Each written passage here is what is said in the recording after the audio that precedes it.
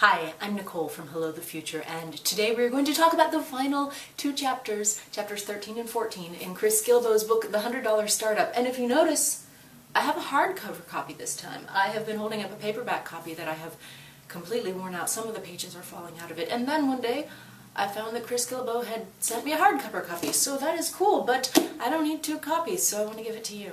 So here's the deal. If you would like this hardcover copy, leave a comment in the YouTube video. If you're watching this via Facebook or Tumblr or Twitter or somewhere else, leave a comment in the YouTube video. Don't leave a comment on the Facebook. Actually click back to YouTube and leave one there, and then I will randomly choose a winner from the comments by this time next week, which would be, turn around and look at the calendar, the 16th. That's not a week from now, it's Tuesday, the 17th. Tuesday, the 17th of July, I will pick a random winner, and then I'll send you some kind of DM or something, and we'll figure out where your address is, and then I'll know where you live. And then I'll send you this book, and you'll have your very own hardcover copy, and I'll probably like write my name on it on the inside, be like, thank you for watching my video, and putting a comment on it, heart, heart, heart, Nicole, there you go. That's what you do. Anyway, so let's actually talk about these last two chapters, right? Should I put this down? Should I put this down? We're good. Chapter 13, going long. Become as big as you want to be and no bigger. Essentially, this chapter is about how to be a micro business. So we've already talked about a micro business being a business that makes enough money to support one person or, you know, possibly two, and a small family kind of thing. The deal here is you can have a micro business that is truly micro. Chris gives three examples. One is the example of you don't have to go all or nothing. He talks about a woman named Silly Pines who does ketubas, which are Jewish marriage certificates. She started off doing them on nights and weekends. Then she thought she would quit her job and do them full-time. And then she found out that that was not quite enough money coming in. So she went and she found a part-time position. So she does something part-time, and then she does her business also part-time. So that is one way of having a small micro-business. Musicians use this model a lot. That is why we all work in coffee shops and bars. Second example is it's okay to say no to expansions. The example Chris uses here is a couple who does iPhone and Android apps, but they also live in an RV. So their expenses are very low. They only have to make the apps they want to make. They don't have to expand and do things that they don't want to do. That is example number 2. Example number 3 is you don't have to accept partnerships. You don't have to take on employees if you don't want to. You don't have to sell to larger retailers if you don't want to, etc., etc. Chris has an example there, but the example I'm going to use is this company called Black Milk that I've heard a lot about lately. They make leggings and swimsuits and clothing and things. And they've become super popular in like the last month, and people are asking them, you know, can we sell your stuff at, I don't know where, H&M? That sounds like where they'd sell that stuff. And Black Milk has said, no, if you want my stuff, you come to my website and you buy it. So that is examples 1, 2, 3. You don't have to be all or nothing, you can say no to expansions, and you don't have to accept partnerships. And then at the end of this chapter, Chris offers some advice to new businesses. He says every morning, set aside 45 minutes where you do not go on the internet, you do not check your email, you do not, check any of that, right? Turn the internet off, as if we could. Turn the internet off and ask yourself, what do I need to do to keep my business moving forward? And for 45 minutes, you answer that question. I'm going to take a moment and tell you about how that has worked for me. Okay, so I think about how to move my business forward all the time. I don't take 45 minutes every morning to do it. I have other ways in which I do it. I go for like half-hour walks, you know what I think about in business. Oh my god. I'm pretty much always thinking about Hello the Future. And the hard part about this advice is that I can think of probably 150 ways to push Hello the Future forward. Some of them are more realistic than others.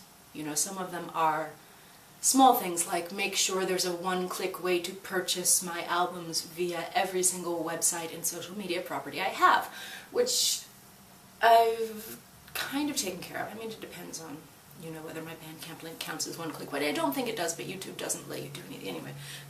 But you get the idea. And some of them are kind of bigger, like, maybe I could open for these people because they're cool and awesome and we play the same kind of music, and how do I, you know. And some of them are in between, like, maybe I should do a series on ear training because I actually know how to do that. And some people are interested in ear training because they like to sing along with things and they want to know how they can stay on pitch.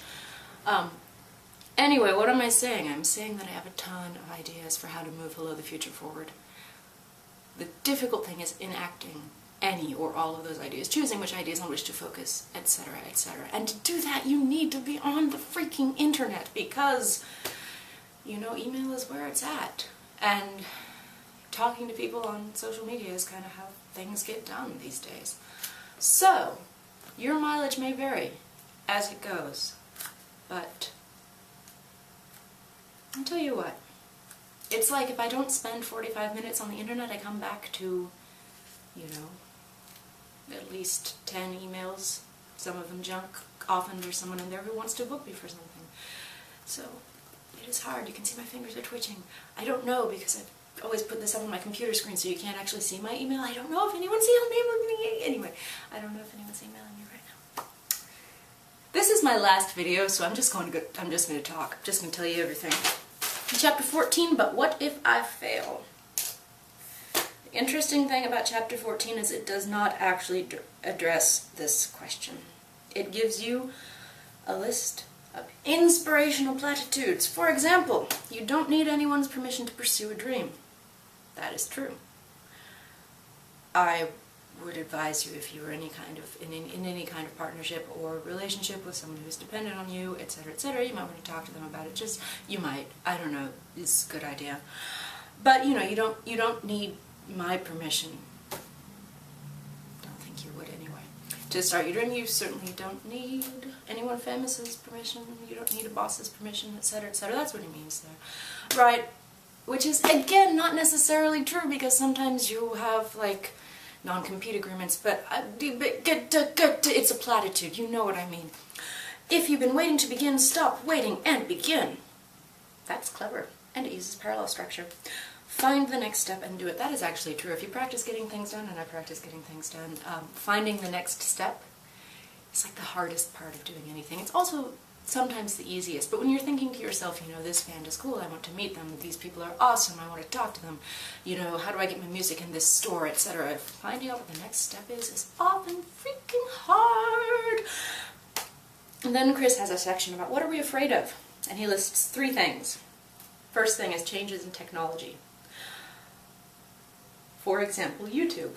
Alright, so a lot of people we know on YouTube, Charlie is So Cool Like, and the Vlog Brothers and that entire crowd, they got their start in 2005, 2006 when YouTube was a very different environment and when they were more interested in promoting unknown content creators.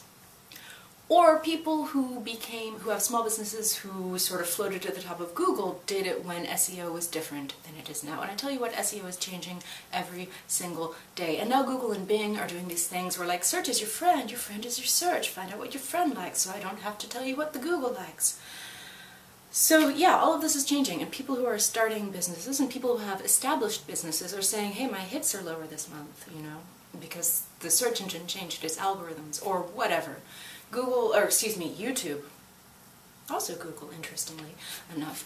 YouTube just had a thing where it changed the way subscribers work, so a lot of people lost subscribers. Now it's changing the way that comment boxes work, etc., etc., the end, right?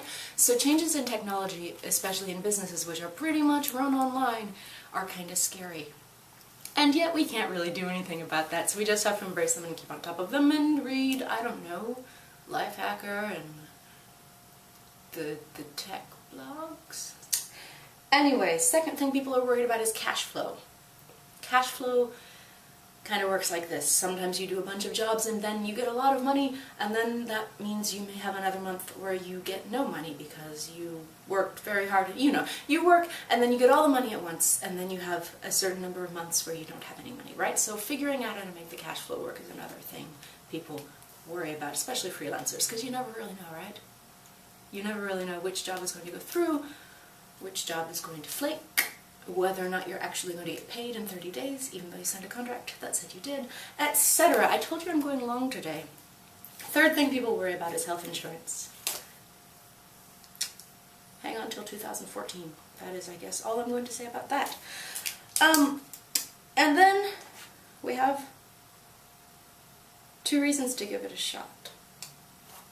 And both of these I actually think are valid, so pay attention. The 2 reasons to give your small business idea a shot are this. Number 1, it'll bring you closer to where you want to be. Example, maybe you have some job that you don't like, alright? Just make up the job in your head. I'm not going to even you know what I mean. So you have some job you don't like. So you start something else on the side that you do like, right? And by doing that, you put yourself closer to that path. Just by taking the step onto the path, right?